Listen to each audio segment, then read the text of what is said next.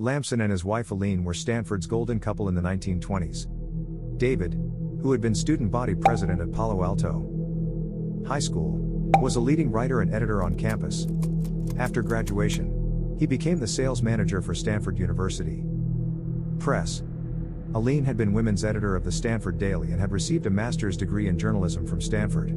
They had a house on the Stanford campus, a beautiful 2-year-old girl, and by all accounts a happy marriage. On Memorial Day 1933, with their maid on vacation and their daughter at her grandmother's, the couple had the house to themselves.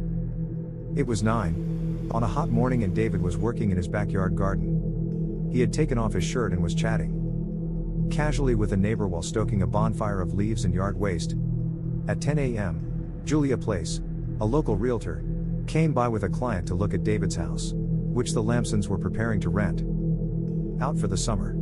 David told her that he needed to check with his wife first to make sure she was out of the bath place, and her client waited outside the front door. A few minutes later they heard a strange cry from inside the house. David opened the front door wearing a shirt covered in blood. "My wife has been murdered," he cried. What followed was a criminologist's worst nightmare. Mrs. Buford Brown, the first neighbor to arrive, found David kneeling on the bathroom floor, his wife's head in his arms, sobbing hysterically. "I induced him to leave to go into the other room. He staggered and then fell to the floor in a faint. She started cleaning up the blood in the bathroom. By the time police arrived, a half-dozen neighbors and friends had been in and out of the tiny 70-square-foot bathroom, moving evidence and tracking blood over the house. It was like a horrifying version of the stateroom scene from the Marx Brothers' Night at the Opera. Palo Alto police officers arrived to find Allene's naked body draped face down over the edge of a bathtub full of water. There was 1 large and 2 small wounds on the back of her head. The sheriff arrived and quickly decided it was murder. The sheriff interrogated David Lamson, whom he felt was the only person with the means and opportunity to commit the murder. Lamson, who was still in a state of shock, was fuzzy on the details of his day's activities, which made the sheriff even more suspicious. Police found a foot-long metal pipe at the bottom of the bonfire David had been stoking. Preliminary tests said there was blood on the pipe. They also found what were thought to be bloodstains on the back porch, but none on the front porch, through which any intruder would have had to exit. Lamson, the only person with the means and opportunity, was obviously guilty. All they needed was a motive. The press was only too happy to oblige. The Lamson case had all the ingredients to make a city editor drool like a Pavlovian dog. A young beautiful victim, a mysterious death, an unlikely suspect, all in the pastoral setting of Stanford University. All it needed was a little spice. Cherchez la femme, the newspapers declared. It was rumored that David had impregnated Doris Roberts, the Lamsons' beautiful maid. This rumor dissolved when her baby's hair matched that of her red-headed fiancé. "Find another woman," said the newspapers. And they did. She was Sarah Kelly, the blonde divorcee from Sacramento. David and Sarah had known each other at Stanford 10 years earlier, and he had run into her recently at the Sacramento Union, where she worked. The district attorney found witnesses who saw them having dinner together, but always as part of a larger group. Police found love poems Kelly had written in Lamson's office drawer, but they were poems that had been written for publication. Doris Roberts, their maid, described the Lamsons' relationship as warm and loving, and an examination of Allene's diary revealed no trace of conflict. Clara Malwitz, the substitute maid, had a different story. "It is time somebody told the truth," said Clara. "It is plain to be seen that someone has Dora Roberts frightened." Malwitz claimed that David had a bad temper and that Allene was afraid of him. Clara also confirmed reports that Mrs. Lamson was in poor health. The district attorney and sheriff tried the case in the press, painting Lamson as a devious person and stating medical testimony that an accidental death was physically impossible. To buttress their case, the prosecution hired the foremost criminologist of the day, Drive E.O. Heinrich. The defense made a tactical error by sequestering Doris Roberts and Sarah Kelly, who hated the harsh public spotlight, but who could counteract the prosecution's attacks on David's character. This left the narrative with Clara, who loved being the center of attention. Still, there were questions. If David Lamson had killed his wife before 9 a.m., How could he have been so relaxed talking to his neighbors just a few minutes later? As the case moved toward the trial, a startling development occurred. Drive E.O. Heinrich, after examining the death scene, concluded that Allene's death was an accident and joined the defense team. In early September, the trial began. According to the prosecution, David's motive for the murder was sex.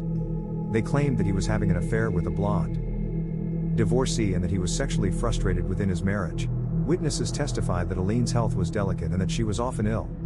According to David, Allene had a stomach ache the night before she died, so he slept in another room. The prosecution claimed that the Lamsons slept apart because of marital problems and that David was angry about the situation. The prosecution's theory was that David confronted Allene in the bathroom the next morning and attacked her with a 9-inch piece of metal pipe.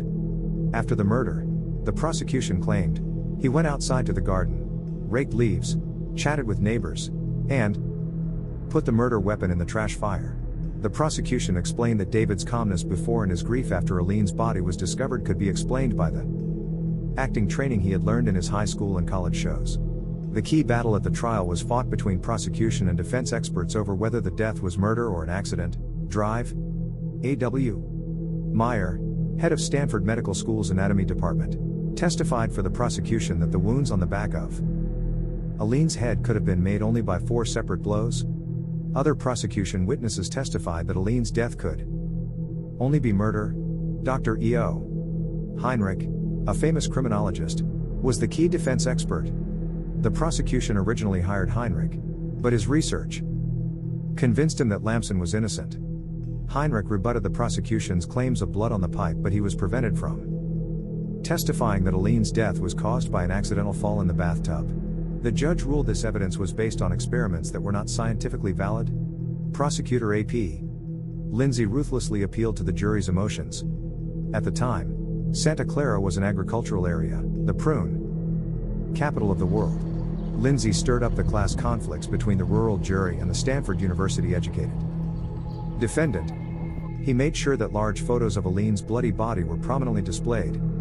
He pounded the metal pipe on the jury box during his summation and read the scene from Oliver Twist, in which the vicious Bill Sikes beats his girlfriend to death.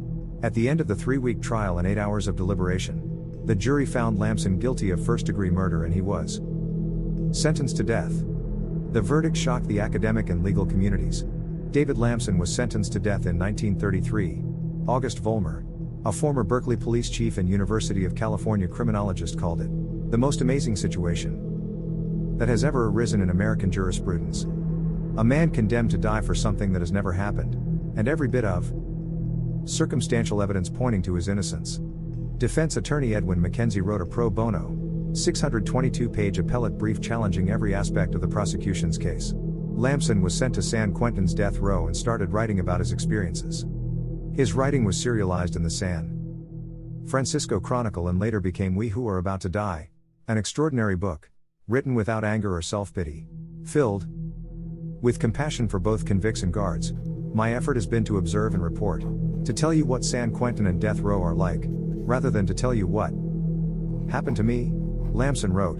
In November 1934, the California Supreme Court unanimously overturned the verdict, ruled that the trial judge unfairly kept Drive Heinrich from testifying, and said the prosecution's case was weak. At the same time, the Chief Justice commented that Lamson was probably guilty but that the prosecution had not proved it beyond a reasonable doubt.